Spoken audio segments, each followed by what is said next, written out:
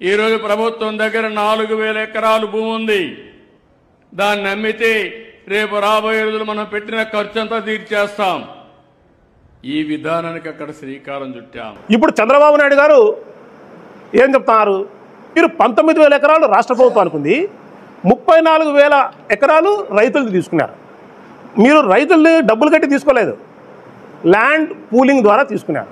అంటే మీరు తిరిగి మళ్ళీ డెవలప్ చేసి వాళ్ళకి ల్యాండ్ ఇవ్వాలి. మేము ఈ 53,000 ఎకరాలు డెవలప్ చేసినాక రాష్ట్ర ప్రభుత్వానికి ఒక 4,000 ఎకరాలు అమ్ముకోవడానికి రెడీగా ఉంటుంది అంటున్నాను. Very good. కానీ రైతులకు కూడా మీరు మళ్ళీ భూములు ఇవ్వాలా. జెర్రీ భూములకు 1,450 గజాలు, నాన్ జెర్రీ భూములకు 1,250 గజాలు ఇస్తారని మీరు ఒప్పందం చేసుకొని తీసుకున్నారు. అంటే ఒక ఎకరాకు 4,840 గజాలు. అంటే దాంట్లో 30% మీరు 1,450 గజాలు మీరు డెవలప్ చేసి రైతుకి ఇస్తారు. అంటే దాని అర్థం ఏమి? రైతు కూడా అమ్ముకునేదానికి ఆడ భూమి ఉంది కదా. నీవేం చెప్తున్నావు? 4,000 ఎకరాలు నీకు రాష్ట్ర ప్రభుత్వం అనుకుంటుంది, 4,000 ఎకరాలు నేను 20 కోట్లతో అమ్ముతా, 80,000 కోట్లు నాకు వస్తుంది, నేను అప్పులు తీర్చుతా అంటున్నావు.